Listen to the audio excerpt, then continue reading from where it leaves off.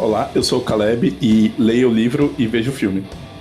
Oi, eu sou a Juliana e eu queria entender qual é o fogo no rabo pra ir no shopping durante a quarentena. Oi, meu nome é Luana e o mundo é um filme de terror. E você tá escutando? O nome? Do livro!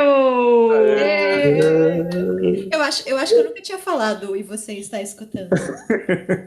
Tipo, eu gostei, acho que foi legal. É sempre eu que pego essa frase. Sei lá por quê. Eu perdi as contas de que episódio de quarentena é esse? É o 10º? Eu acho que é o 10. É o 10º. Talvez 10º, cara. Isso Já perdemos aqui a noção de tempo. eu Nossa, descobri dia desses, acho que eu descobri há 2 dias que era meu 90º dia de quarentena. Porque eu demorei um pouquinho para entrar na quarentena, né? Que eu tive que trabalhar no escritório. E aí eu entrei na quarentena numa quarta-feira, eu lembro. Foi no meio da semana. Aí deu 90 dias. No seu escritório ainda rolou uma coisa meio do tipo, vocês vão ter que ir segunda, quarta, sexta, alguma coisa assim. E do nada, E do nada, não vem mais. No outro dia fala, não vem mais. Rolou isso. Tanto que a gente deixou, tipo, queijo cottage na geladeira, sabe assim? Deve ter se transformado em uma pessoa, né? Vocês chegaram, tinha quase um ser humano lá. Exato. No meu último dia de liberdade, eu fui numa cafeteria. A última vez que eu fui numa cafeteria. E aí a moça, vou mostrar pra vocês, ela fez um café com um sorrisinho pra mim, dá pra ver? Meu Deus. E aí... Que triste! Sempre que eu quero saber que dia que eu entrei de quarentena, eu olho pra data dessa foto do sorriso, né? Aí você só falava assim... Olha, gente, assim, 17 de março. A época que Foi o último dia que você sorriu, Luana. 17 de março e hoje é 17 de junho. Caramba! Olha, nossa, que doideira. Então eu estou há 3 meses, exatamente 3 meses. 3 meses.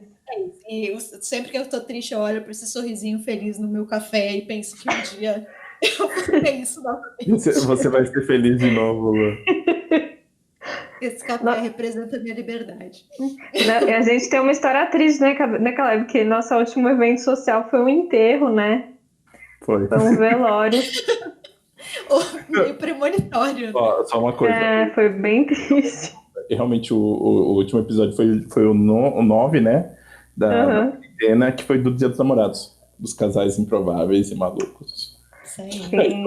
E eu fiquei pensando isso sobre o do velório, se fosse uma semana depois, talvez a gente não conseguisse nem fazer o velório, né? Não, assim, uns dias depois fazer velório não ia rolar já. Porque já tava rolando que a prefeitura ia começar a fazer protocolos de segurança e que ia fechar o cemitério, os lugares de velório lá, que eu não sei como é que chama, as salas, enfim. Então foi, acho que provavelmente o último fim de semana que rolou o velório de verdade, assim, depois disso... Eu tenho a impressão de que é isso, né? Eu entrei também, acho que um pouquinho, uns dias antes, assim, tipo dia 12, dia 11, que foi logo depois disso. Mas começamos bad vibe isso aqui, hein? Então não é pra isso que eu vim, não é pra gravar, não. Vamos melhorar esse astral aí. E a gente está com uma sugestão bem interessante. Que eu acho que a gente sempre se pergunta isso em algum momento quando a gente está lendo, né? Tem alguns livros que, sei lá, se daria um filme, eu queria ver um filme, uma série disso, né? A gente vai seguir a sugestão de um amigo meu chamado André. Ele tinha um canal no YouTube que se chamava Livro Minuto, mas ele não grava mais, então volta, André, porque eu sinto falta. E ele sugeriu... Obrigado, André, pela sugestão. Sabe como sugestões são valiosas? Vocês têm que mandar sugestões pra gente. Ajudem a fazer este programa, porque a gente está ficando um pouco sem criatividade. Mas o André, ele sugeriu da gente citar um livro que a gente gostaria que virasse série de TV e uma série de TV que a gente gostaria que virasse um livro. Complexo aqui o babado. A gente podia ter pensado em um pro filme também, né? Eu sei que eu tô inventando moda aqui, mas... Caleb, você para. Não vamos fazer isso agora. Mas, enfim, porque ele já criou regra de criar elenco. Eu tô aqui em protesto. eu sou um espírito livre, Juliana. É isso, eu tô criando coisas. Né? Menino de cinema, né? Cinéfilo. Exatamente. Pra desespero da Juliana. Né? Mas, ó, a sugestão é muito boa. Muito boa. Foi muito divertido pensar. E foi difícil, na verdade. Eu fiquei sem saber qual livro que eu gostaria. Porque, assim, livro que gostaria que virasse filme é uma coisa. Agora, série, né? Tem que ser uma história que tenha fôlego aí, que você queira ver o universo ampliado, saber mais dos personagens que não tiveram tanto destaque. É um pensamento difícil aí. Porque, até a gente estava conversando isso antes da gravação, que era... Eu olhei para várias coisas assim que eu gosto, mas falava, pô, dava para resolver no filme, né? Não vamos... Né? A gente vê várias coisas que você fala, pô, podia ser um pouquinho só menor, né, e tal. Mas a da série é mais complicado, assim, né? Pensando até no desenvolvimento, né? E não ser um filme de 8 horas, né? Mas de ter ação e de ter eventos que aconteçam nesses episódios. Né? E a gente está tendo, ultimamente, excelentes adaptações para séries, né? Assim, de obras incrivelmente boas, assim. Eu lembro... E é um caminho, putz, que eu acho que vai dar muito certo daqui pra frente, né? Mas eu acho que hoje em dia eu já fico mais empolgada quando eu sei que vai adaptar pra série do que pra Pra livro. série, com certeza. Sem dúvida. Pensando num exemplo que a gente assistiu, a Lu também assistiu, foi o Complô contra a América, que é um baita... Maravilhoso. Excelente adaptação, assim. E é isso, né? Fechou, né, ali, né? Lógico, as pessoas podem inventar, podem querer, mas, tipo, o que eu acho que o que eu mais gostei foi isso, assim, ela é tão concisa, mesmo com tanta coisa, assim, e muito bem feita, né? Sim, tem O Homem do Castelo Alto, tem o Handmaid's Tale. Isso que eu ia falar. Assim, um livro que eu não esperava, mas eu confesso que eu tô curioso para ver a adaptação, Pessoas Normais, da Sally Rooney também. Virou série agora também. Própria Amiga Genial, né? Uma série excelente que a gente já citou aqui alguns episódios atrás. Então, assim, tem excelentes produções sendo feitas em andamento. Ninguém falou aqui de Guerra dos Tronos, gente. Deixa eu falar, eu ia sugerir, porque ele tem gancho pro meu livro. Então, eu só queria deixar aí no ar. Se joga no seu livro, galera. Então, eu vou falar primeiro do livro, né? Que eu queria que virasse uma série. E pensando nisso, no Guerra dos Tronos, e como deixar as pessoas órfãs, né? Tipo, de uma série, né? Tipo, meio órfãs medieval. e pistolas, é importante deixar isso... eu não vou falar nada assim, mas realmente pistolas. Eu tava vendo, eu acho que vocês viram, não sei se a gente até já conversou sobre isso, que era aquele documentário que eles passaram, né, depois que acabou, que é aquele Última Vigília, né? E aí é muito engraçado, assim, né? Tipo, você vê depois e você vê a reação das pessoas na hora, assim, né? Tipo, a hora que elas estão lendo o roteiro, assim. Acho que a minha parte, junto com os extras, as pessoas que... Cara, tipo, eles ficaram um bom tempo conversando com o cara que faz neve. E aí, tipo, cara, o cara é maravilhoso, assim, tipo, essas coisas, mas eu achei curioso essa relação. E pensando nessas pessoas que estão órfãos aí, né? Uma série... meio de fantasia, eu vou pegar um livro que não é exatamente... Ele é de fantasia, mas não é... Assim, ele é um livro que é difícil de definir, que é O Gigante Enterrado, do Kazuo Ishiguro. É o Kazuo Ishiguro que ganhou o Nobel, né, de Literatura em 2017. O Gigante Enterrado, ele conta a história de um casal. A gente está num tempo... A gente não sabe exatamente o ano, a gente sabe só que foi pós-reator, né? Na Inglaterra, e a gente acompanha esse casal, que é o Axel e a Beatriz. Eles estão numa aldeia, a gente não sabe exatamente o que acontece, mas eles resolvem sair, eles têm alguma questão do tipo, eles não lembram exatamente, mas em algum momento eles despertam e falam, nossa, mas a gente precisa encontrar o nosso filho. E não fica muito claro essas questões de memória que vão passando pelo livro. E eles saem para tentar encontrar esse filho, né? Então é meio que isso, só que é um casal de idosos, assim, muito... tem uma névoa, tem todos alguns desses elementos, tem algumas coisas com o povo saxão, então tem um conflito ali, que, enfim, algumas outras coisas. E eu acho um livro espetacular, assim, eu acho... ele traz questões muito complexas sobre relação de memória, o que às vezes talvez seja necessário que a gente esqueça de algumas coisas para seguir em frente, ou até mesmo desse casal que tenta se apoiar um ao outro, e tem esses elementos aí, vão aparecer elementos de fantasia, e eu acho que daria uma boa série, assim, não ia ter, assim, não ia ter tanta magia, não ia ter tanta guerra, não ia ter quase nada de guerra, mas eu acho que daria uma boa série meio de fantasia, assim, sabe? Tipo, eu já penso até tipo no estúdio vendendo, olha, se você gostou de Game of Thrones, assista. E aí, tipo, as pessoas quebrando a cara, assim, sabe? Tipo, encontrando outra coisa diferente do que anunciado. Acho que seria legal, assim, sabe? Ó, gente, vem aqui o livro de fantasia. Aí, tipo, não é exatamente o que as pessoas estão esperando. Acho que seria legal. E o livro é tão bom que as pessoas não iam ficar bravas. Eu acho que essa é um bom. Eu já tô fazendo até o marketing aqui já da série já. Seria uma produção HBO, Caleb? Lógico, Juliana, eu só quero HBO só, assim, eu só quero produção. Não quero Netflix, desculpa, Netflix. Eu quero HBO, assim. Eu acho que não, eu acho que daria pra fazer, muito pensando nessa, tipo, nesse. Eu acho que o Rei Arthur e tudo mais, essa mística, eu acho que tem um apelo. E acho que daria para trazer até meio. Tem um dos personagens aqui, né? Então eu escalei cinco personagens principais, né? Tem os coadjuvantes, mas vou focar nos cinco aqui.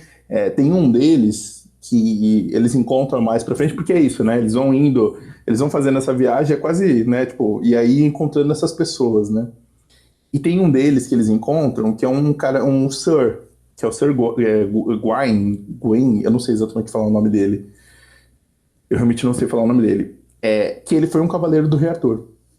E aí acho que daria pra fazer uma lembrança, sabe? Tipo, acho que daria para fazer porque, enfim, tem uma relação de memória, então daria pra fazer essas cenas de batalha ou algumas outras coisas. Então acho que seria legal mesmo isso. E isso não tá no livro, né? A gente sabe só mais ou menos, tem uma ideia, né? Porque o que pode ter acontecido, enfim, a gente vai, no desenrolar do livro a gente descobre, mas acho que podia mostrar esse passado e aí mostrar um pouco de ação. Acho que daria para misturar as duas coisas e eu acho que seria legal, porque o livro tem isso, assim, tem essa coisa meio, tipo, quase que episódica, assim, muitas aspas no episódica, mas assim, no sentido de, eles estão numa aldeia, aí eles vão para um outro lugar, aí eles param em outro lugar, e aí, tipo, com algumas pessoas, encontram outras, tem essa questão da hospitalidade. Eu não sei, acho que seria legal. Aí eu já posso calar meu elenco? Por favor. Ó, o Axel e a Beatriz, que são o casal principal, são dois velhinhos, bem idosos já. E aí eu pensei em um casal um pouco diferente. O Axel, eu colocaria o Gandalf, né, o Ian McKellen, para fazer, porque ele é demais, né? Assim, Excelente escolha. assim, acho que seria um ótimo. E aí a Beatriz, eu vou ser um pouco ousado. Assim, não muito convencional dentro da língua inglesa, mas eu vou colocar Fernanda Montenegro. Eu acho que seria Olha. demais, assim, eu acho que seria legal mesmo, assim, sabe? Tipo, e os dois, eu queria ver os dois juntos, ia ser da hora ver os dois juntos.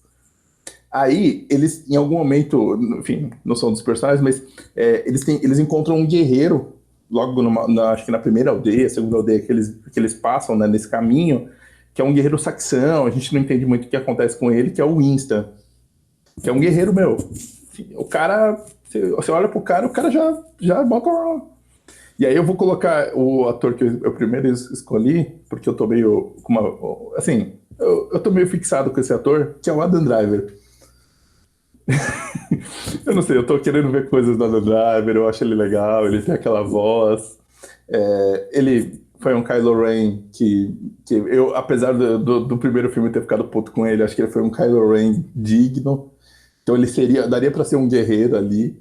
E ele tem um nariz grande, então acho que acho que faria uma composição legal ali pro Saxão, não sei exatamente explicar porquê, mas eu acho que ele daria. Eu gosto dos seus critérios. Obrigado, Lu, obrigado. Aí esse Sir Gawain, né, que esse guerreiro, assim, eu vou colocar uma escolha mais ousada, que é um ator, assim, que normalmente ele ficou famoso fazendo comerciais, assim, ele faz acho que, sei lá, ele não é exatamente isso, mas, tipo, ele fez comerciais de cigarro nos Estados Unidos, depois ele fez várias outras narrações, E ele tem muito essa coisa meio tipo de cowboy americano, que é o Sam Elliott. A gente tava falando que ele tá até na Bússola de Ouro no filme, mas ele tá em outros filmes também. E eu colocaria ele, acho que ele seria um bom, sei lá, um bom guerreiro mesmo do Rei Arthur. Acho que seria uma coisa meio ousada de fazer essa transposição. E tem um outro garoto, que é o Edwin, que eu colocaria o Jacob Tremblay do quarto de Jack, né? O molequinho, ele fez aquele Extraordinário também. O molequinho, ele é bom, eu acho que seria legal. E ainda mais agora que ele tá mais adolescente, acho que seria uma escolha interessante dentro desse elenco. Acho que é isso, assim. Eu confesso que eu queria ver essa série mesmo agora, viu? Agora que eu falei, assim. E só para fazer uma parte aqui, tem outras duas obras do Kazuo Ishiguro que renderam excelentes filmes, né? Que é o Vestígios do Dia e o Não Me Abandone Jamais. Eu gosto muito dos dois filmes. É verdade, é Então, verdade. eu adoraria essa série também. Acho que foi uma ótima escolha. Bom, nessa categoria eu resolvi roubar, porque o podcast também é meu, então eu posso. Você pode tudo. Isso aí. Vamos lá, vamos quebrar as regras. Isso aí. Eu escolhi um mangá, que é o meu mangá favorito, que se chama Full Metal Alchemist. E por que eu acho que é roubar? Porque tem um anime dele, né? Que não deixa de ser uma série.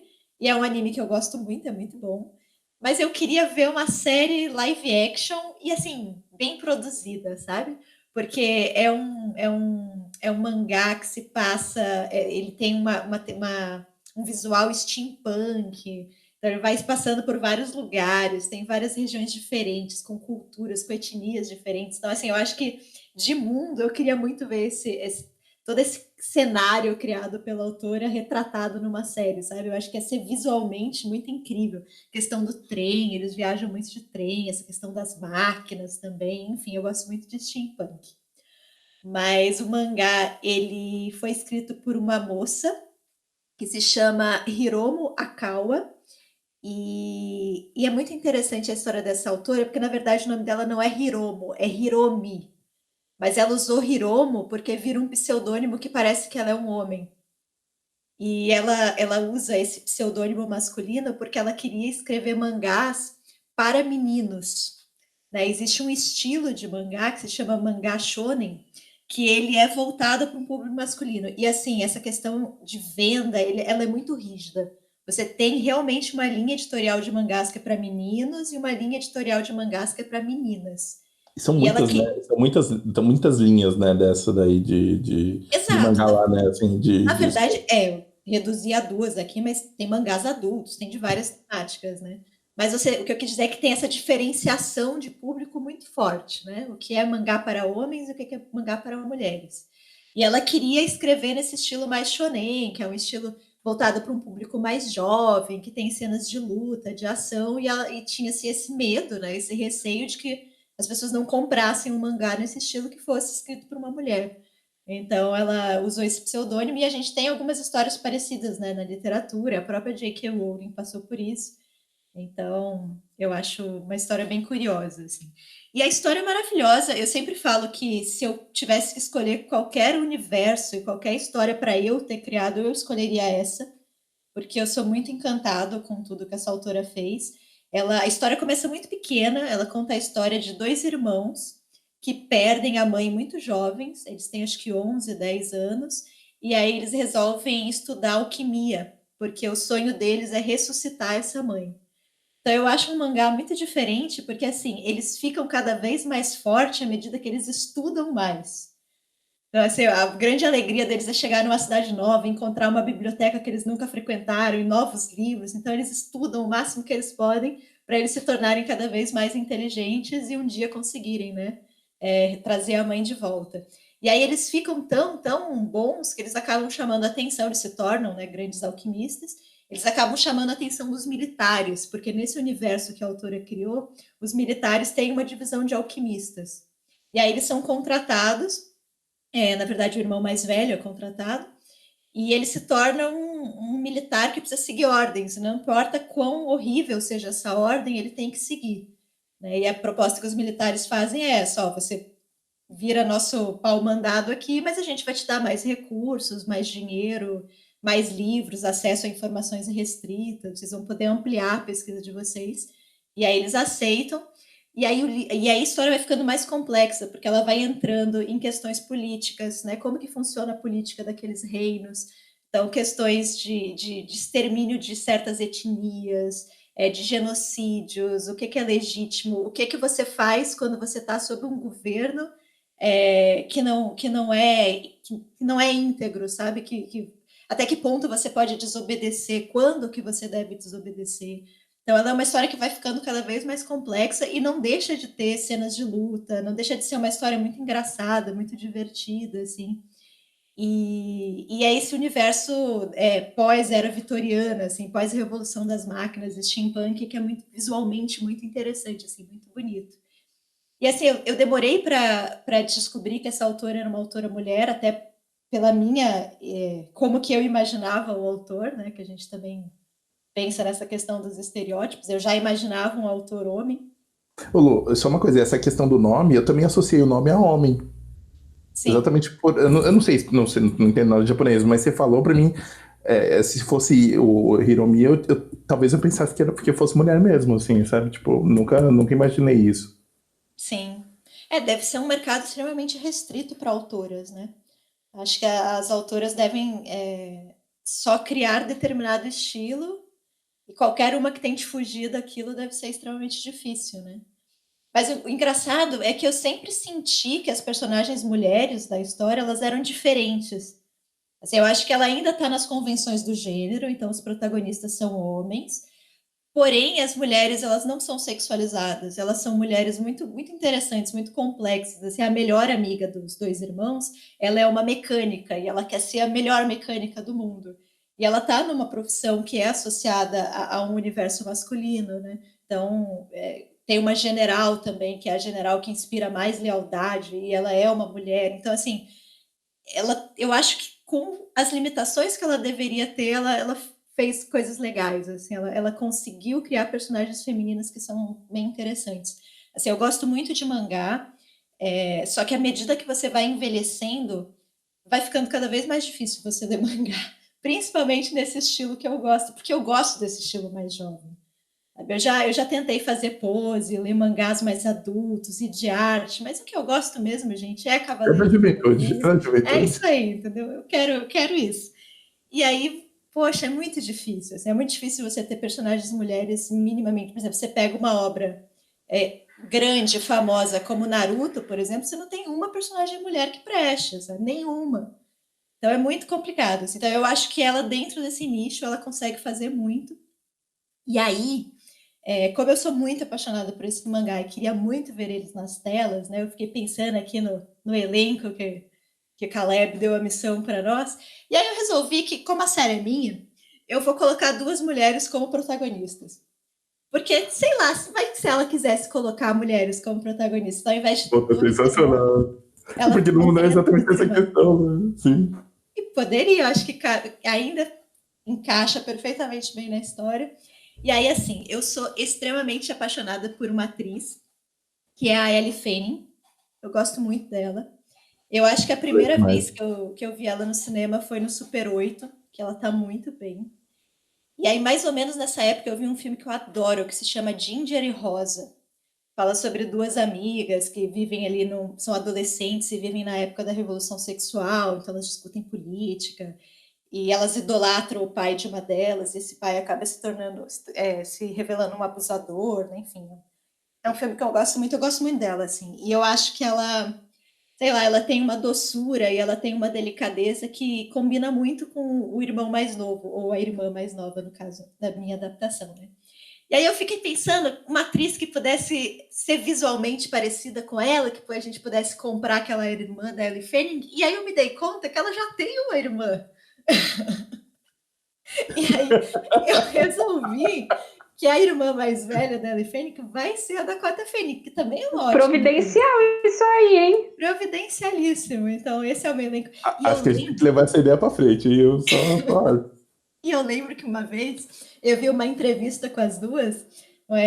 Eu não lembro para onde que foi a entrevista, mas que perguntavam para Dakota Fanning assim: o que você menos gosta na sua irmã? E aí ela respondia assim: o fato dela ser mais alta que eu, mesmo sendo a irmã mais nova. E no mangá, né, os dois irmãos, que é o Edward e o Alphonse, o Edward, que é o mais velho, é muito baixinho. Então, isso é muito piada ao longo de toda a história. Todo mundo fica criando conjecturas de por que ele é tão baixinho, e o irmão mais novo é o mais alto mesmo, né? Então, até aí a piada da altura se encaixa. Então, eu acho que seria uma excelente escolha, chamaria muito público, as pessoas poderiam conhecer essa história, que é muito legal, e eu adoraria ver essa série. Ô, Lu, tira uma dúvida pra mim. No mangá, eu vi o anime, eu não vi todo, né? Mas o lance do que acontece com os irmãos também acontece no mangá logo no começo ou não? Ou é mais pra frente? Acontece. É porque eu lembro que a gente, eu não sei, eu achei tão diferente até realmente de anime, né? Eu não sou um leitor de mangá, mas eu vi muito anime, né? E eu achei muito diferente, até pelo tom, né? Tinha uma melancolia, né? Tinha uma questão meio do tipo, de tristeza, assim, sabe? Tipo, dessa busca deles, né? Que depois, enfim, que eu achei muito curioso, assim. Eles querem ressuscitar a mãe, né? Então eles ficam uns 2 anos estudando e aí eles acham que eles estão prontos.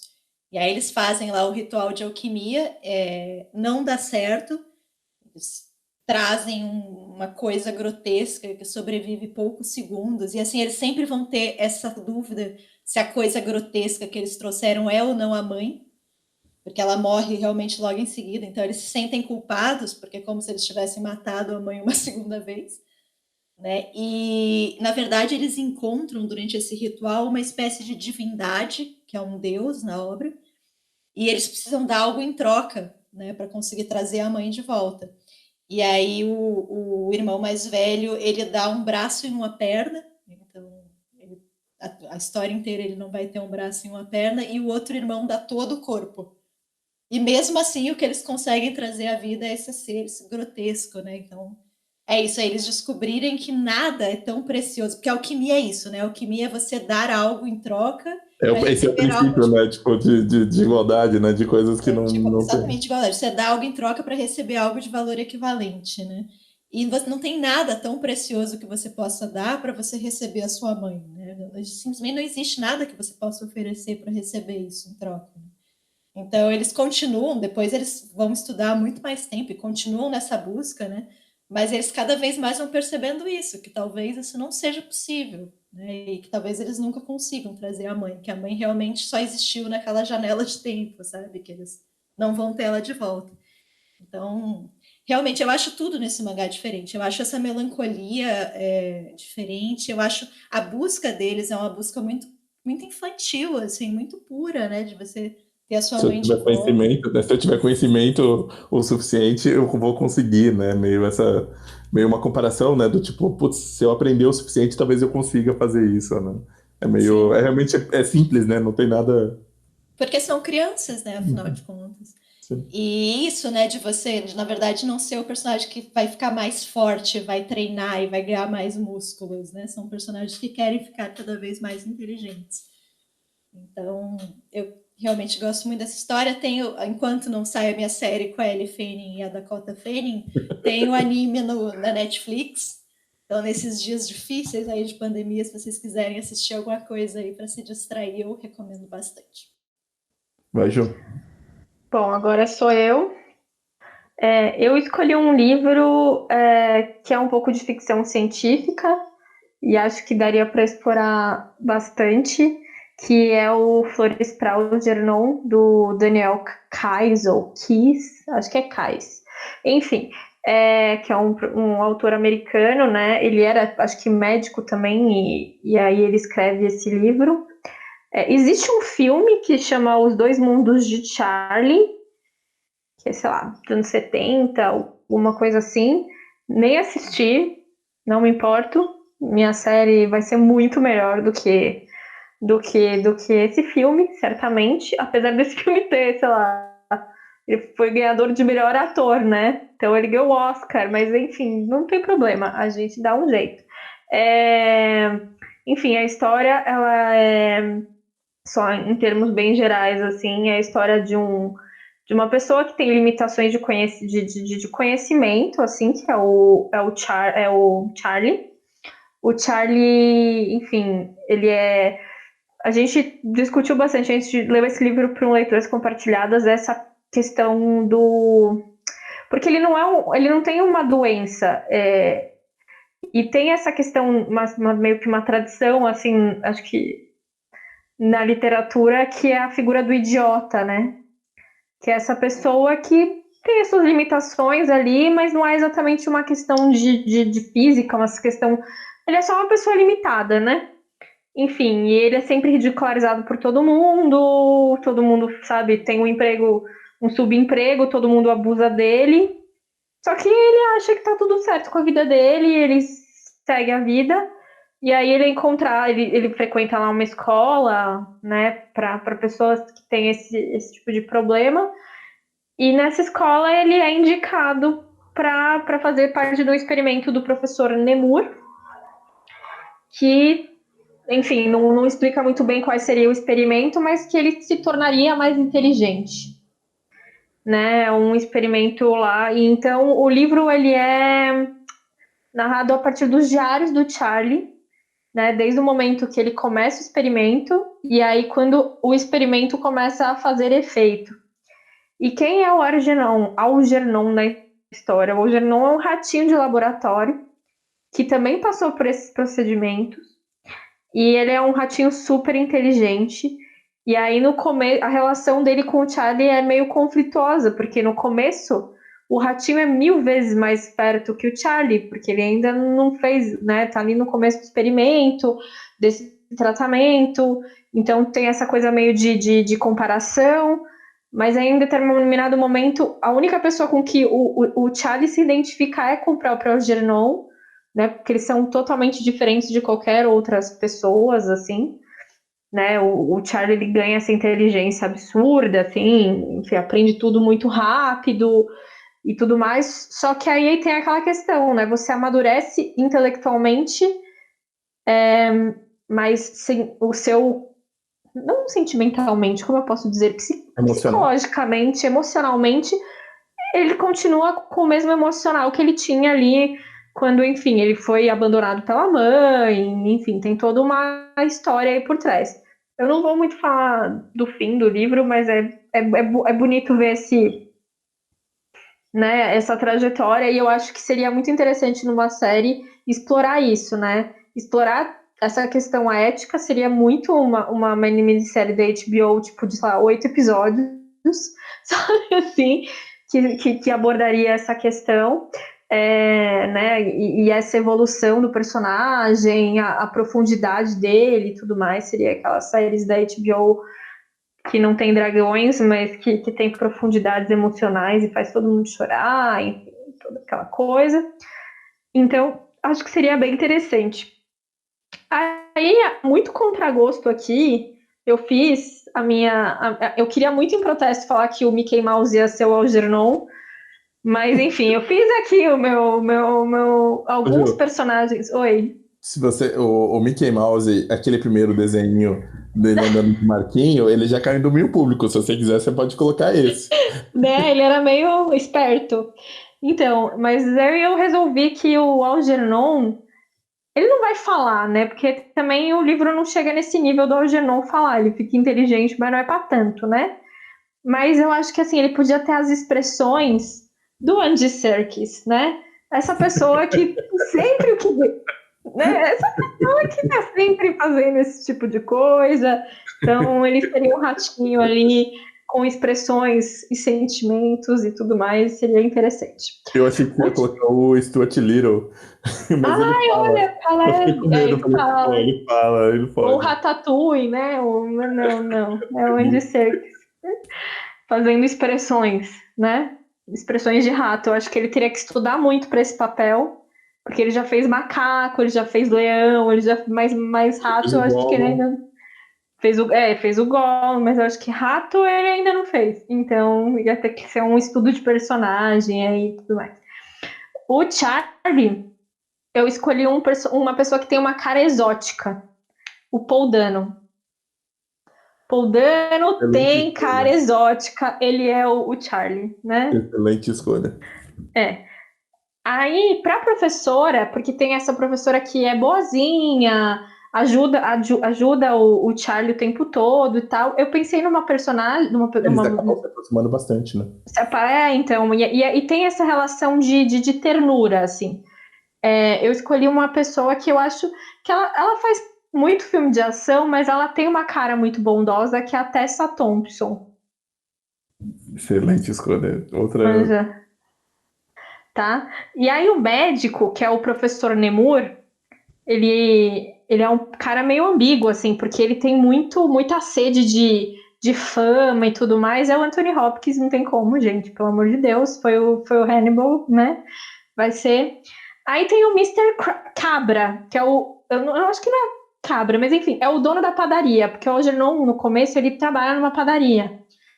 Que ele é meio que amigo do tio dele, uma história assim. E assim, esse cara é passado pra trás também por todo mundo. Ele é meio. Assim, ele não chega no nível do Charlie, mas ele é meio. Né? Aí eu pensei assim, eu não consegui achar nenhum autor, assim, ator, mas eu tô falando a vibe dele, sabe? É uma vibe meio Estênio Garcia Bino, do É uma Cilada Bino, ou o Lima Duarte, Sassamutema, assim, sabe? Meio Meio ali. velhaco, assim, né? Meio. Assim, meio. Tem essa inocência também, sabe? Essa coisa meio. Entendi. Eu esqueci. Eu esqueci. Matuto, meio matuto, essa é a palavra, matuto. E pra mãe dele, que, enfim, abandonou ele e tudo mais, ela aparece em um momento ali depois do romance, tinha que ser a Nazaré Tedesco, só pode. Então, esse é meu elenco multicultural aí. Legal que você. Não vai ser a atriz, vai ser a Nazaré. Nazaré. Eu fiquei entre ela e como é que fala? A da Avenida Brasil, que era a mãe Lourdinha. Carminha.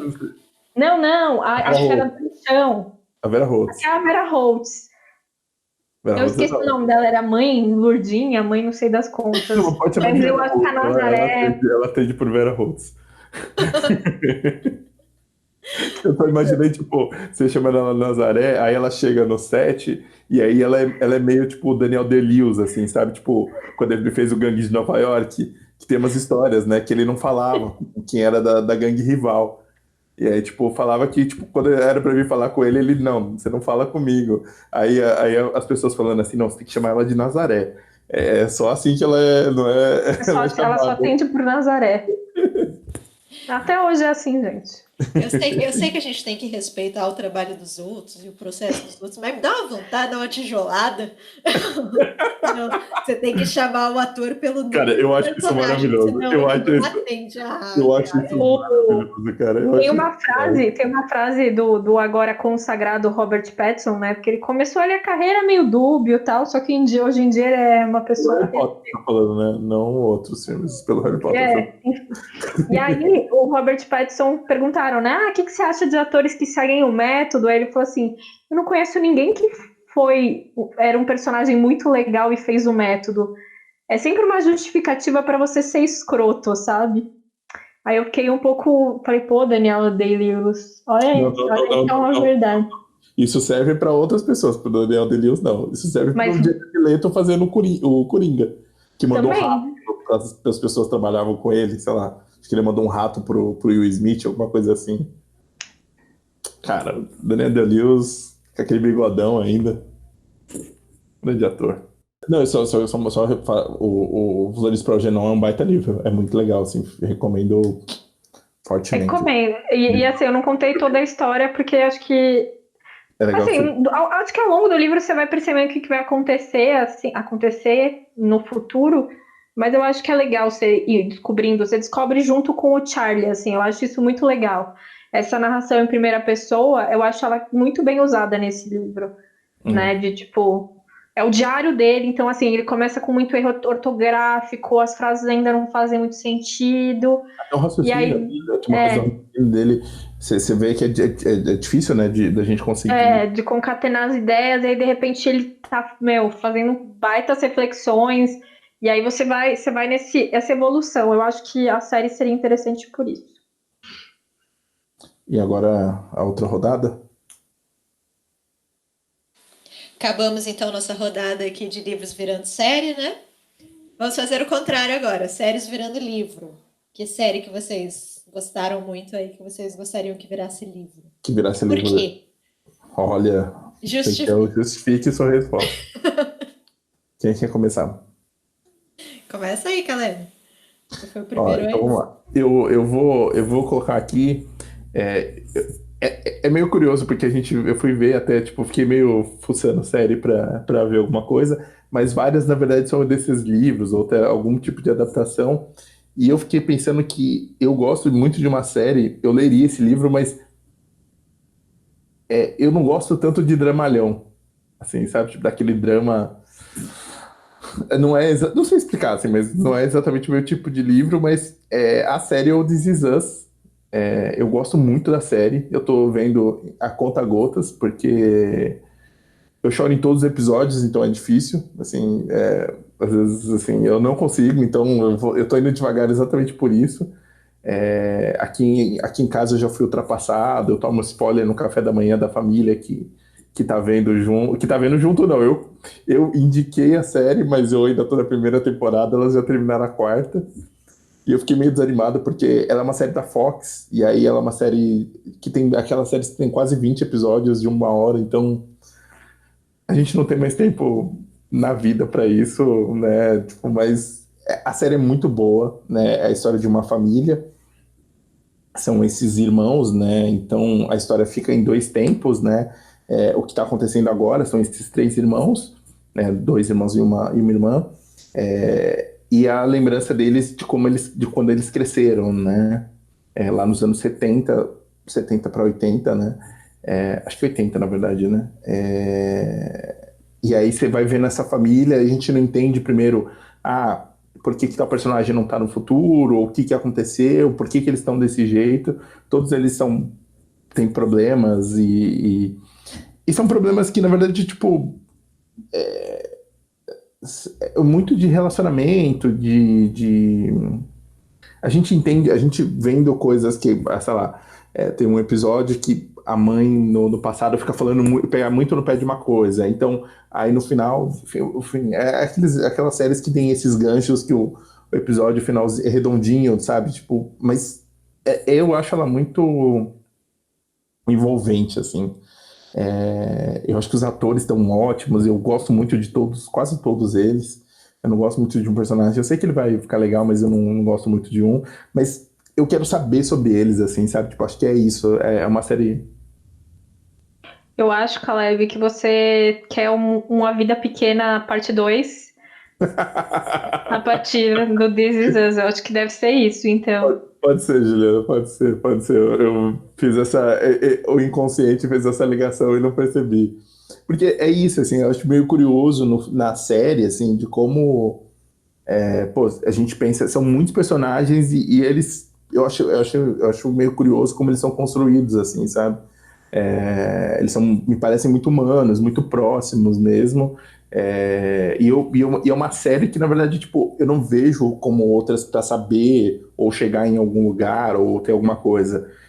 Parece que eu vejo porque eu quero ter a companhia deles, assim, sabe?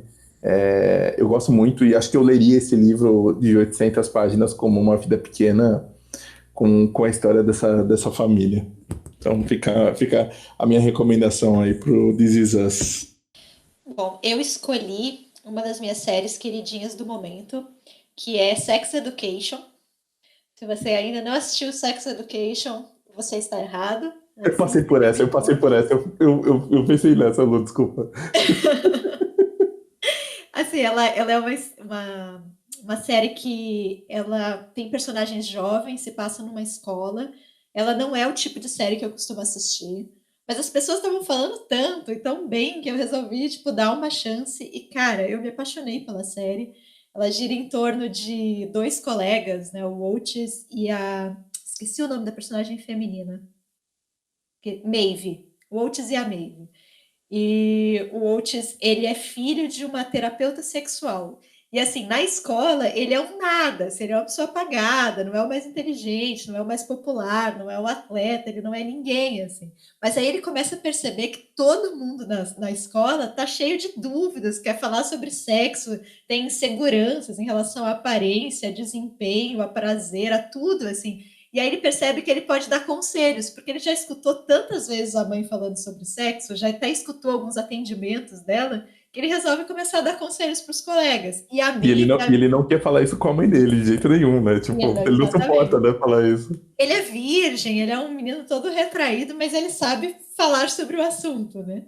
E aí a Maeve é essa menina que percebe que isso pode ser um grande negócio. E eles começam a cobrar dos colegas para dar esses conselhos sexuais, né? E assim, a série é muito divertida e ao mesmo tempo tem momentos muito emocionantes, assim. Os personagens são ótimos e por isso que eu queria ver isso num livro, porque eu queria saber mais sobre esses personagens, eu queria talvez ter a história do ponto de vista de pessoas diferentes, assim. Cara, não importa quão pouco tempo de tela esse personagem tenha, ele é incrível. Assim, os personagens são complexos, e assim, eu acho que nenhuma série até hoje lidou tão bem com a questão da representatividade. Nenhuma. Sex Education está no outro nível, assim. Você tem uma questão de muitos personagens, por exemplo, serem negros. Então, o melhor amigo do Otis é um personagem negro. O atleta bonitão da escola é um menino negro que é filho de duas mães lésbicas, que é uma mãe negra e uma mulher branca, né? Então, assim, você tem casais interraciais, você tem essa questão da presença de personagens negros muito forte, e a questão de orientações sexuais diversas. Então, esse melhor amigo do Otis é um menino gay, e assim, ele é o melhor personagem da série, o Eric. Ele é maravilhoso, ele é maravilhoso. É tão incrível, porque assim, os dois são melhores amigos, e eles têm uma relação tão bonitinha, sabe? O Otis, que é um menino heterossexual, e o Eric, que é um menino gay. E eles têm uma relação tão próxima, e eles são tão carinhosos um com o outro, assim, e o Otis não tem problema nenhum em abraçar, em consolar o amigo. Assim, eu acho tão fofo assim, o fato de você ter um casal não, desculpe, dois amigos que têm essas orientações sexuais diferentes e mesmo assim se dão tão bem, sabe? Mas tem não um tem só. desenvolvimento muito bom dele, né? Do Eric, né? Tipo, ele não é o protagonista, mas tipo, a história dele é muito interessante também, né? E ele é filho de pais nigerianos, né? Então, que são super, tipo, são de uma religião, né? Mas até essa questão de diversidade de etnias mesmo, né? Você tem o outro personagem que aparece no meio da série, que também é muito bonitão, todo mundo se apaixona. Ele é um imigrante de origem palestina, então você tem... E assim, orientações sexuais, você vai ter gays, lésbicas, você tem uma menina que é assexuada, você tem uma menina que é pansexual, você tem absolutamente de tudo, sabe? Depois você tem uma menina gorda que é maravilhosa também. Então você tem corpos diferentes. Você vai ter um menino que é cadeirante. Cara, é incrível. Assim, é muito impressionante. Eles resolveram essa questão da representatividade de uma forma que eu nunca vi. Assim. E não é forçado, né? Tá tudo ali, né? É tudo, e ninguém tem problema, né? Lógico, tem alguns, mas no sentido, né, de tipo, é natural, né? Tipo, tá ali, né? E os personagens não são reduzidos por isso. Né, pela questão da raça ou da orientação sexual, ou da identidade de gênero, que seja. Por exemplo, o personagem, o atleta, que é um personagem que eu adoro, que é o namorado da Maeve, né, esse atleta bonitão, que é negro e tal, ele vai ter um desenvolvimento muito legal durante a série, vai ter todo um problema construído em cima dele que não tem nada a ver com raça. E ele é filho de duas mulheres lésbicas, e o problema dele também não tem nada a ver com o fato dele ser filho de duas mulheres. Então, assim, a série levanta a questão de homofobia, machismo, claro, você tem essas questões, assédio, mas os personagens têm outros problemas também, eles não são reduzidos a esses estereótipos, sabe? A questão das mulheres na série é maravilhosa. Tem uma menina que tem um caso de assédio no ônibus, e aí as amigas vão reagir de uma determinada forma para proteger ela. Então, a série fala muito sobre sororidade também. É realmente assim, é uma coisa fora de série o que eles fizeram com aqueles personagens. E aí eu fui pesquisar, e essa série ela foi criada por uma moça chamada Laurie Nunn, e ela teve uma preocupação de trazer muitos roteiristas para a série. Se eu não me engano, são 9 roteiristas. e são roteiristas que ela escolheu por serem de orientações sexuais diferentes, de raças diferentes, cor de pele diferentes, com pais de origens diferentes. Então ela teve uma preocupação de trazer na criação da série mesmo essa diversidade, né? E aí eu acho que aí eu acho que é fácil isso se refletir no produto, né, no audiovisual. Se você já, ali na produção, você já tem tanto diretoras mulheres quanto diretores homens, você tem roteiristas negros, você tem roteiristas de origem árabe, você já tem essa diversidade ali, cara, é muito mais fácil você acertar, assim. Então, eu acho uma série excepcional, ela é da Netflix, tem 2 temporadas, e mesmo que você não costume assistir essas séries, dê uma chance, assista aí uns 2 ou 3 episódios, que eu tenho certeza que você vai se apaixonar, assim. E Eric, o melhor personagem de todos. Cara, ele vai vestir, a roupa que ele vai no baile da escola, ele coloca um turbante gigante, um salto alto, e aí ele dança no baile da escola com o melhor amigo, com o Otis. É a cena mais fofa de todas, assim, é muito legal. Só uma coisa, além de tudo, a mãe do Otis é a Scully, né? E ela tá, tipo, demais, assim, né? Ela tá, tipo... Minha Gun. Nossa, ela é muito, muito, muito boa. Ela é maravilhosa.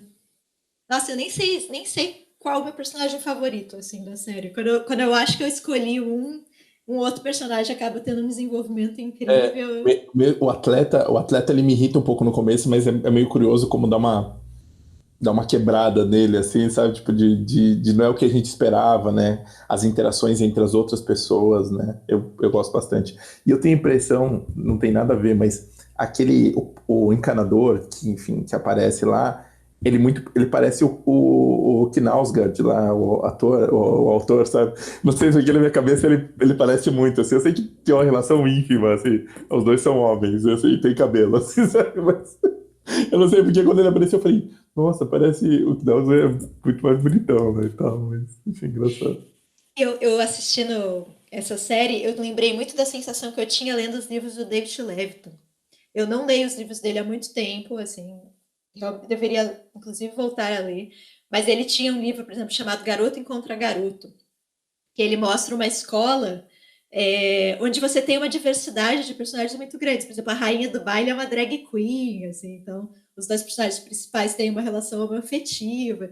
E assim, tem uma coisa que as pessoas criticavam o David Leviton na época, mas que eu não concordo, que o mundo dele sempre parecia um pouco idílico, assim. Porque as questões dos personagens nunca eram em relação aos problemas do mundo real, digamos assim. Os personagens, o casal homoafetivo, não tinha grandes problemas por ser homoafetivo, sabe? Eles iam ter insegurança. Será que o outro gosta de mim? Será que eu sou bom o suficiente? Que era uma coisa que, assim, é comum de absolutamente qualquer adolescente ou de qualquer casal de qualquer idade, né? Então, e aí as pessoas reclamavam um pouco disso, né? Que o mundo meio que não era assim. Mas, ao mesmo tempo, eu tinha uma sensação tão boa quando eu li o livro dele, porque o mundo poderia ser daquele jeito, sabe? Eu olhava e falava, cara, eu queria ter estudado nessa escola, eu queria ter tido estes colegas, eu queria ter tido a minha rainha do baile drag queen, assim. Ele dava essa sensação muito de, cara, como o mundo poderia ser legal se a gente fosse um pouco mais gentis uns com os outros. E eu tenho, assim, essa impressão com Sex Education, sabe? Não, e tem essa questão também da representatividade do tipo, sei lá, você pega um personagem homossexual e aí o problema, o conflito dele sempre é ser homossexual. Quando não, né? Assim, homossexuais casam, homossexuais trabalham, homossexuais se separam, homossexuais lavam a louça, tipo, fazem as mesmas coisas que todo mundo. E aí, na ficção, é sempre assim, sabe? O homossexual, ele é taxado por homossexual e sofre preconceito. A gorda é engraçada e é o sidekick da heroína romântica e nunca vai arranjar ninguém porque ela é gorda, sabe? E não, é isso, sabe? Ou então o negro, sempre o conflito dele vai ser ser negro, ou então. E aí, tipo, muita gente critica, mas é isso. O Caleb, há uns episódios atrás, falou daquele filme Asiáticos Podres de Rico. É isso, é uma comédia romântica que o elenco é só asiáticos, e isso é incrível, sabe?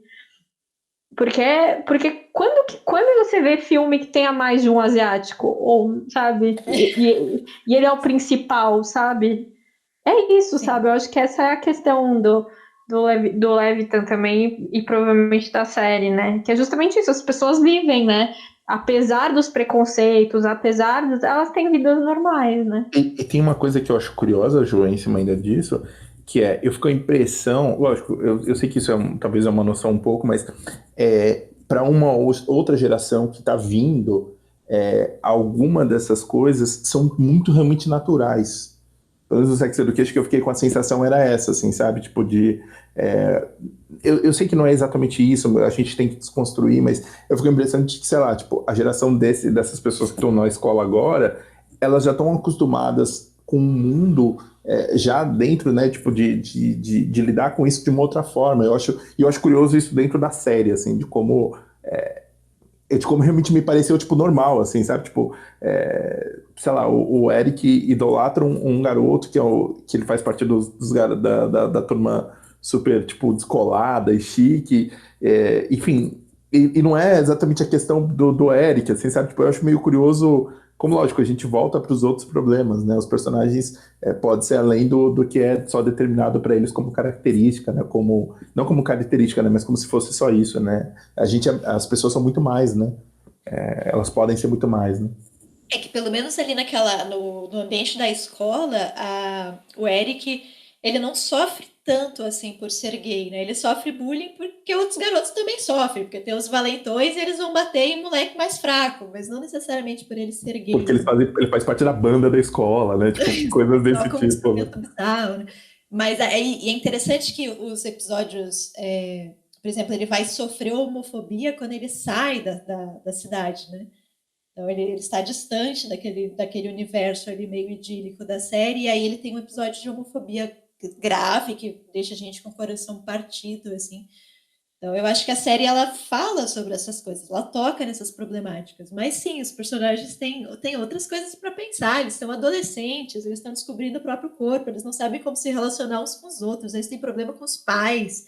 Então, assim, é isso, é você criar personagens gays, gordos, negros, pansexuais, mas que tem um universo de problemas além, né, desses problemas tão de estereótipo mesmo que a gente costuma ver nas obras de ficção, né? Só uma coisa do David Levitan, eu não li, né? Eu li o Will e Will, que é o David Levitan com o John Green, que é muito legal, assim, essa sensação desse lugar de ter vontade de ter conhecido, enfim, de ter vivido nesses lugares, assim, eu gostei bastante. Eu gostava muito da escrita dele, esse era um livro gostosinho de ler, sabe? Eu realmente, ainda mais em momentos de pandemia, deveria estar lendo David Levitan neste momento ao invés de Fausto. Só queria deixar isso registrado. Mas aí, você tá querendo fazer um pacto para achar a cura, Luana? Essa é a questão. Desculpa, mas com pandemia... Você quer chegar na sabedoria. Quê? Com pandemia ou sem pandemia não é normalmente... Nossa, será que o professor aceita um trabalho sobre isso? Como o Fausto se comportaria durante a pandemia? Não, Ju. Já tá tudo aqui na minha cabeça. Ele não é muito acolhedor nos temas, né? A gente já sabe disso, né?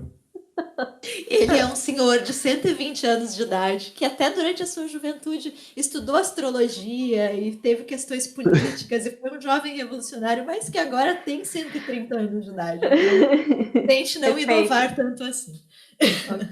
Droga. Bom, essa categoria eu tive muito mais dificuldade. Eu não consigo lembrar de nenhuma série, assim, de ficção. Não consegui pensar, assim. E aí, antes da gente começar a gravar, antes ainda, a Lu comentou, eu falei, putz, eu não consigo pensar em série. Ela, como não? Wild Wild Country é um puta livro.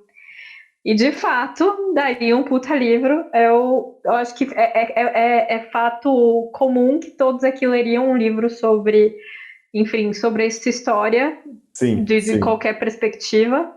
Né? Então, enfim, é uma biografia da Sheila. Mas você queria que fosse um livro de ficção ou de não ficção? Não ficção. Eu tô pensando aqui. Então, o que eu escolhi, porque eu achei que você ia falar do Wild Wild Country, eu escolhi um outro livro também, e o meu seria não ficção. O meu é não ficção. É que a gente tem um episódio que é muito bom sobre o Wild Wild Country, e livros sobre seitas e cultos e pessoas estranhas. Então a gente fala bastante sobre o Wild Wild Country, então fica claro que a gente é muito, né, entusiasta. Então se alguém escrever a história dessa cidade, os personagens que viveram lá, eu acho que todo mundo aqui se interessaria, seria o público leitor. Mas aí pensando nessa dica que a Lu me deu, assim, numa outra conversa antes de gravar o podcast, eu pensei falei, cara, que série interessante que eu vi, mas de não. Porque é isso, uma série que eu acho que eu veria, que eu leria o livro, mas o livro já existe, é aquela que eu comentei, que chama Nada Ortodoxa, que, enfim, eu ainda tô com a amostra lá, tô no meu, li umas partes já, mas não li inteiro. Mas, enfim, ali já existe o livro, então, né, não temos o que fazer. Mas é uma outra série que eu não acho tão boa, ela não é tão bem resolvida, mas tem um personagem, né, que é o personagem principal da série mesmo, que é a Tiger King, né, que no Brasil ganhou o maravilhoso nome de Máfia dos Tigres. Parece aquelas séries Que belo do título. Discovery, né? Que é aqueles compradores de. Como é que fala? Compradores de mala, compradores de. Enfim, compradores acumuladores. Aí tem o Máfia dos Tigres. E assim, o nome em inglês é Tiger King, Murder, Mayhem and Madness. Eu acho esse nome, assim, sensacional. Quem criou esse título tá muito de parabéns. Que é a história desse cara, assim, o nome dele é Joseph Aleph Maldonado Passage, mas ele é conhecido como Joe Exotic. E aí, por aí, você já vê o nome da pessoa. Se você procurar Joe Exotic no Google, vai aparecer uma pessoa, assim, ele é um personagem, o jeito que ele se veste, ele é um redneck, assim, que se veste de oncinha e é homossexual. Então, sabe, tipo, ele tá ali no meio dos rednecks, assim, só que ele é casado com outros rednecks, porque ele tem, enfim, tem um momento que chega ali a um trisal, né, que ele é casado com 2 outros homens, enfim, ele tem ali aquele parque temático que ele coleciona tigres e outros felinos gigantes, mas, assim, tem toda uma coisa por trás, enfim, questão de maltratos, questão de contrabando e várias questões não resolvidas enfim, aí ele acaba, não sei se eu conto a história, né, porque tipo, série de não ficção não tem spoiler, né, ele acaba preso, eu não vou falar por que ele é preso, mas né, ele em algum dado momento ele é preso e tudo mais. Então ele é essa pessoa, assim, e aí eu acho que é isso, a série, ela é boa, mas não é boa que nem o Wild Wild Country, entendeu? Eu acho que podia ser mais explorado, assim, porque, cara, você tem um cara tão rico como esse, que é o Joe Exotic, assim, ok, tem as personagens ali em volta dele, né? Eles quiseram fazer lá a rivalidade dele com a mulher lá, que é Paz e Amor lá, que fala que tem santuário de tigre e tal, que também daria um bom perfil, porque parece que ela é super tem lá suas contradições, daria um bom perfil na New Yorker, assim, um perfil longo, mas né, sem grandes coisas. Mas assim, ele é um personagem tão rico, ele tem tanta coisa para falar, porque é isso, assim, é um cara, tipo, ele é um personagem dentro dele mesmo. Aí tem a questão de, colecionar tigres e grandes felinos, que é bizarro, isso nos Estados Unidos é uma coisa, né? Eu não vou lembrar agora o nome do episódio, enfim, que ficou famoso, mas é o nome de uma cidadezinha. Que é isso, um cara colecionava grandes animais, urso também, tinha urso, tinha, enfim, essas feras assim. E aí, sei lá, ele pirou na batata, se matou e soltou todos os bichos. E aí virou toda uma situação, assim, teve que ir exército para a cidade fazer intervenção. Aí tem aí mostra a cena, assim, um monte de leão caído morto, porque, enfim, o exército não conseguia capturar, começou a bater todos eles. Você sabe, tipo, esse é o nível. Os Estados Unidos, a gente fala da Rússia, que é a Deep Web é céu aberto, e eu acredito que mas tem uns recônditos ali dos Estados Unidos que, olha, tá disputando, sabe? E aí, eu não sei, eu fiquei muito. Cara, isso daria uma puta história, assim. Eu acho que o documentário peca e não ir tão a fundo nisso, assim. Eu acho que... E tem uma outra história que é sensacional, que também daria um bom perfil, que é um cara, ele tá ali no começo da série, né? Porque é uma série documental da Netflix, acho que são 6 episódios. E aí tem um cara que ele é todo, usa todo de preto, tem aquela voz de fumante fudido, assim, velho pra cacete, com aquele chapéu meio de cowboy, assim, eu esqueci o nome dele.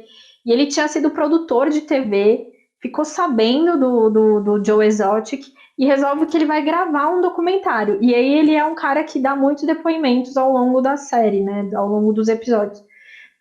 E aí ele começa a conviver com o Joe Exotic. Eles fizeram, porque o Joe Exotic ele tem um programa no YouTube. Não, era no Facebook. Então ele fazia lives no Facebook e era uma grande coisa. Então esse cara ajudava ele a produzir esse programa, que era um programa assim, bizonho, que ele ficava atacando essa mulher aí do santuário, de felinos, que vivia acusando ele de maltratos, dos animais e tudo mais.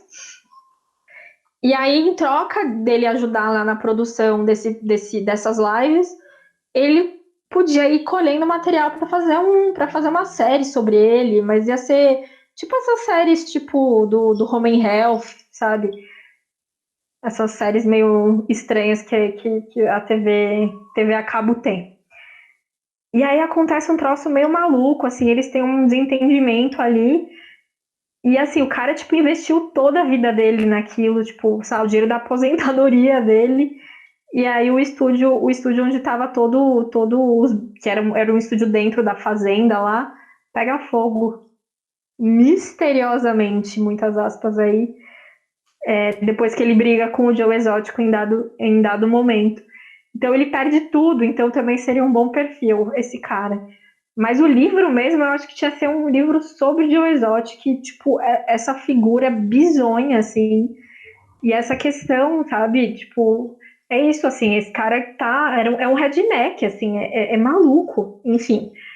Eu recomendo a série, mas não com tanta veemência, assim, mas eu acho que daria um baita livro.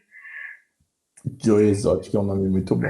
É muito bom esse nome. E aí tem umas cenas, né, que ele fez pro documentário, né? Botam ele no meio de uma cela, assim, que tem uns felinos dele lá, acho que são os tigres mesmo. E aí botam em cima do morrinho, assim, um trono, e aí ele fica sentado, assim, com E é isso, né? Ele tem essa coisa de ser o Tiger King, enfim, uma grande doideira, assim. É muito louco isso, né? Muito louco. Então é isso? Essas foram as nossas indicações? Não é pra nada não, mas acho que os estúdios aí deviam ouvir a gente. Estão ouvindo, né? Alguém tá ouvindo, né? Além dos ouvintes, né? Obviamente. Se você tem contatos aí, indique este episódio.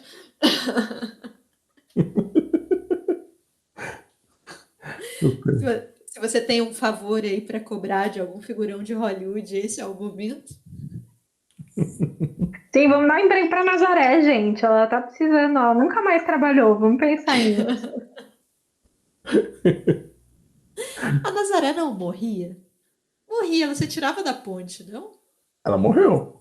Dei um spoiler aqui de... Não me lembro. Pode ser que sim. De Senhora do Destino. Eu acho que ela morre numa ponte. Digam aí se eu imaginei essa cena ou se ela é verdade. Eu não lembro, não. Pode ter acontecido, sim. Só lembro dela caindo de escada. Ela caiu de escada, não caiu? Não, ela empurrava as pessoas da escada. Isso era o mote dela. Era o mote dela, Caleb. Era grande piada. Tinha até medo, né, da escada. Nossa. Dela andar com uma escada portátil junto, porque era a arma dela e tudo mais. Grandes esquetes de humor. Eu lembro que eu quando assisti essa novela, a Leandra Leal era a irmã postiça da Carolina Dickman, esqueci o nome da personagem dela. Como era o nome da personagem dela? Lindalva? Lindalva era o nome, mas tinha outro nome, E assim, ela era uma menina toda gótica, na minha época de gótica. Ela tinha uns vestidos maravilhosos e a maquiagem, ela era linda. E aí, assim, a série pintava ela como se ela fosse uma menina meio revoltada, né? Afinal de contas, o pai foi assassinado, ela morava com a Nazaré, né? Ela tinha motivos para a revolta, vou deixar claro aqui. Sim. E aí, ela acabava se apaixonando por um dos filhos da Senhora do Destino. E aí os dois formavam um parzinho, e aí no último episódio ela parecia grávida, claro, porque, né, afinal de contas a felicidade é isso, é o casamento e a gravidez. É fim de novela, é isso, gravidez e casamento. E sem as roupas góticas. E vilã se dando mal. A última cena, ela tinha um vestidinho meio verde água, assim, super comum, e aí era isso, sabe? Tipo, ela superou a fase gótica e virou essa pessoa que se vestido da C&A. E aí eu fiquei chateadíssima, porque ela era tão linda e o visual dela era tão maravilhoso. E eu fiquei, nossa, vocês não têm ideia de como eu fiquei brava. Eu só queria compartilhar essa história da minha juventude. É o final de Laranja Mecânica, tudo de novo. Exatamente, versão brasileira. Isso. Versão brasileira e possível de passar na TV aberta, né?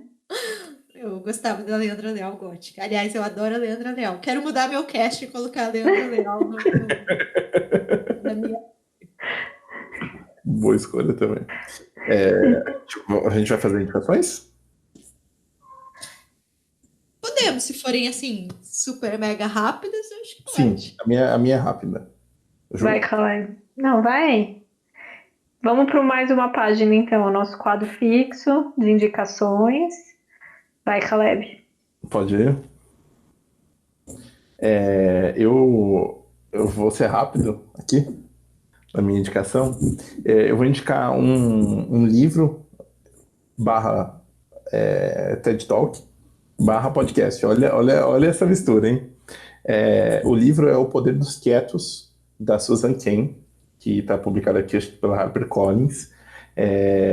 Na verdade, assim, esse livro eu já estava com ele aqui faz um tempo, e eu ouvi um podcast que eu gosto muito, que é o Boa Noite Internet, que agora com a quarentena o Cris Dias voltou a fazer alguns. Ele tem feito uma entrevista com algumas pessoas, e ele fez um que chama A Era dos Introvertidos. Tá fácil de achar, Spotify e tudo mais. E ele cita a Susan Cain.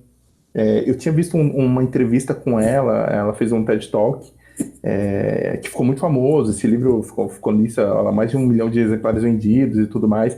E ele tem um subtítulo maravilhoso, que é Como tímidos e introvertidos podem mudar um mundo que não para de falar.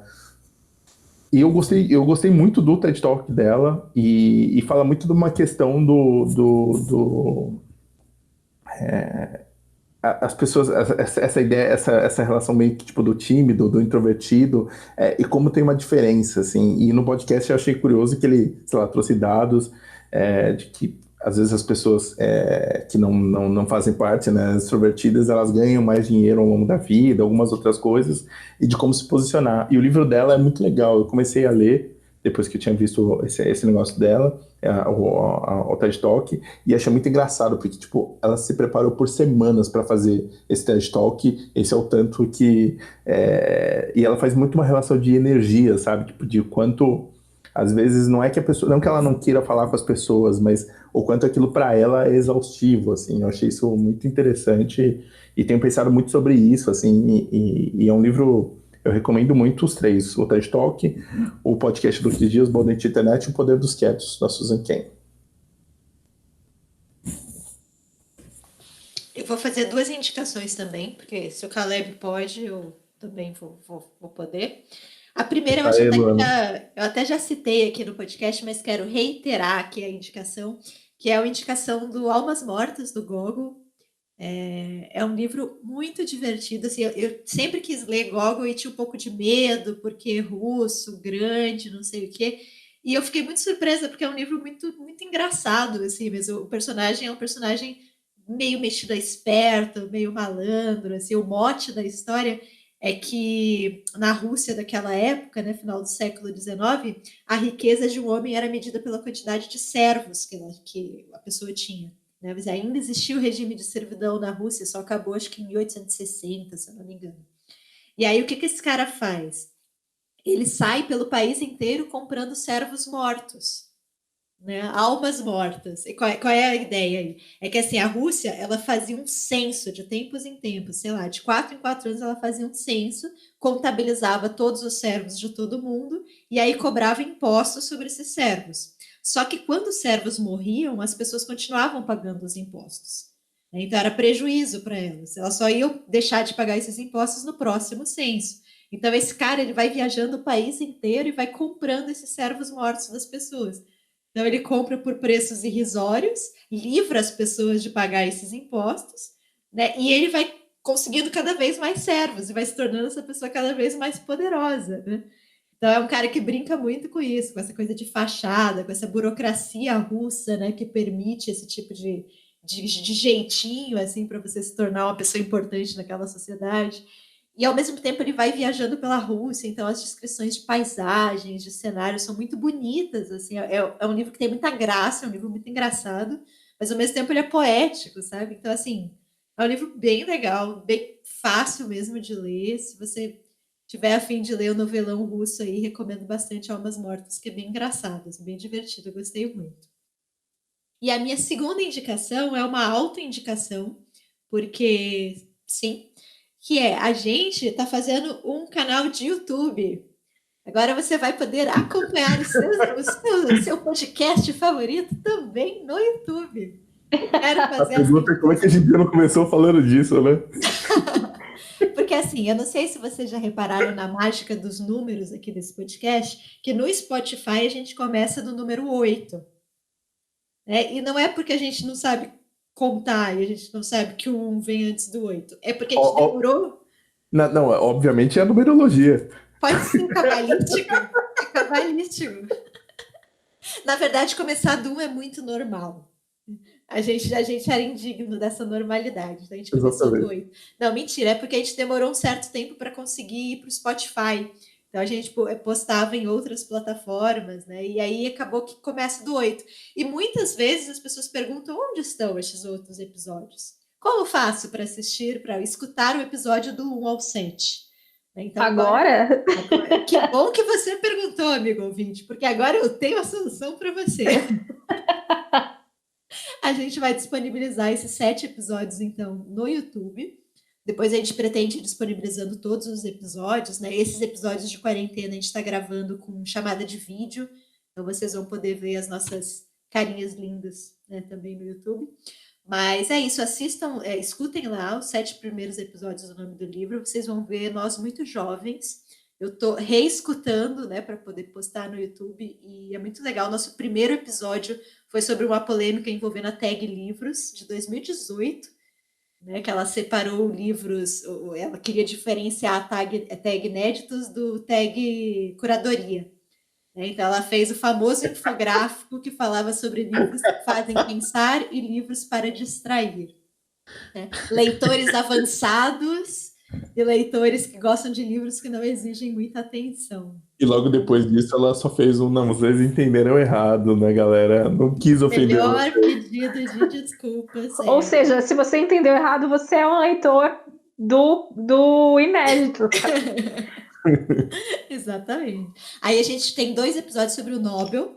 A gente falou sobre a polêmica do Nobel de Literatura, que não tinha tido premiação em 2018, né? Maravilhoso. No episódio seguinte, a gente falou um pouco sobre a história do Nobel, alguns autores premiados que a gente Eu gosto muito dele. E aí depois tem um episódio que eu tinha esquecido como eram divertidos, que foi a nossa Copa do Mundo Literária. 2018 foi o ano da Copa, a gente estava empolgado. Vocês lembram disso? Vocês lembram disso? Nossa, tá apagado isso. Cara, a gente tinha álbum de figurinhas, sabe? Nós éramos jovens e felizes e não sabíamos. E aí a gente fez o quê? Os 2 primeiros episódios, a gente escolheu um livro de cada país para falar. Eram quantos? 32 países, se eu não me engano? A gente falou de 32 livros, assim, então países, sei lá, Arábia Saudita, assim, os países que a gente geralmente não fala aqui de literatura. Esse deu um trabalhão, né, para fazer, né, das divisões. Né? Então, assim, independente de gostar ou não de futebol, vale a pena escutar esse episódio, porque a gente fala de livros muito diferentões, assim. E o terceiro é o mais legal, que a gente faz a nossa Copa do Mundo Literária aqui. A gente coloca A gente acertou quem ganhou a Copa? Nem de longe.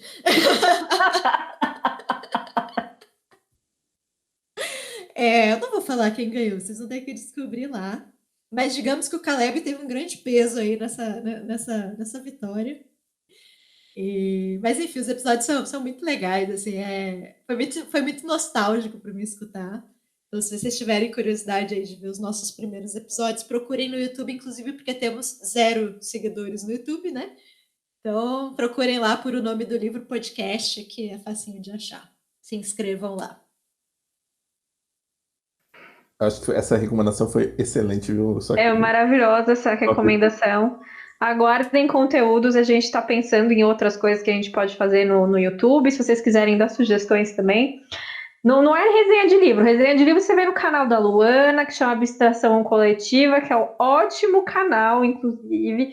Então, assim, a gente não quer fazer esse tipo de coisa. A gente canal do podcast, tá, gente? Vamos lá. Não, a gente gosta. Juliana, você falou do jeito. A gente gosta e tudo mais, mas não é esse. Não, eu tô falando que é isso. É porque não, faz resenha de livro. Não vamos fazer resenha de livro. A gente já tem uma pessoa que faz resenha de livro aqui, que faz melhor do que a gente. E aí, eu não sei mais o que eu ia falar, eu esqueci que eu ia indicar, mas eu queria dizer que eu tô meio que imersa entre sono, porque eu tô trabalhando um pouco mais esses últimos dias, porque eu peguei uma semana de férias, quer dizer, eu vou pegar uma semana de férias e por isso estou trabalhando mais, né, porque senão parece estranho, né, eu tô de férias trabalhando mais, mas provavelmente eu vou trabalhar mais porque eu vou fazer trabalho de faculdade durante as minhas férias na quarentena, né, eu não tô indo, sei lá, pra Praia Grande, aproveitar a praia. Infelizmente. Mentira, não é infelizmente. Curtindo a vida doidada. Né? Não, eu vou furar a quarentena aí pra viajar. Mas você vai viajar em companhia do Fausto. Exato, vou lá pra fazer um pacto.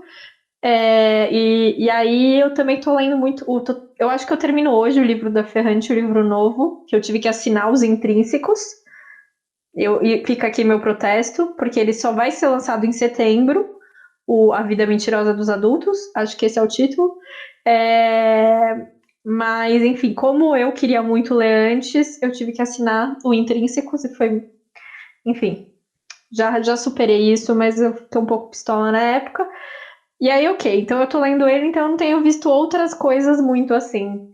Eu acho que... Eu não lembro se eu recomendei isso já, mas eu vou recomendar um filme que eu vi meio que recentemente, que foi a cinebiografia, eu falei já, da Mary Shelley. Eu não lembro. Falou, acho que é no último episódio. Foi no último episódio, né? Eu sabia. Então, gente, esse que é o último filme que eu vi, então é isso, gente. Boa noite. Recomendação dupla. Recomendação do canal do YouTube. Recomendação do canal do YouTube. O nosso e o da Luana, tá? Só... o nome do livro e a Abstração Coletiva, sigam lá.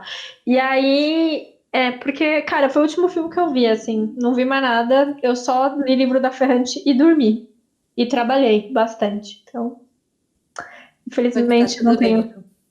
Eu achei que eu não tinha indicado, eu achei que eu tinha indicado o No, mas tudo bem. Eu também, em algum momento, eu falei assim, vou indicar tal coisa. Eu falei, não, eu indiquei semana passada. Gente, os dias são todos iguais na quarentena, não são? Músicas profissionais aí. Gente, é isso. Escrevam pra gente, mandem sugestões. Você viu que o programa de hoje veio de uma sugestão, então ajuda a gente também nessa quarentena que não termina nunca, pra gente continuar criando coisas aí. E a gente agradece de novo. É o André, né, Lu? André, saudades, André. Saudades, André. Esteja bem aí no país, Minas Gerais. Exato. Então, um abraço para você, um beijo. Muito obrigada pela recomendação. Vocês podem mandar recomendações e dicas agora também pelo nosso canal no YouTube, fazer comentários no nosso canal do YouTube, o nome do livro, podcast. Vocês vão encontrar a gente lá. Tem o e-mail, o nome do livro podcast@gmail.com e todas as outras redes sociais, Facebook, Instagram e Twitter. Você encontra a gente por lá. É isso, gente. Falem conosco. Estamos à disposição. E contem também, né, se vocês têm algum livro que vocês gostariam que virasse série. Eu acho que é uma boa pergunta aí. Contem pra gente.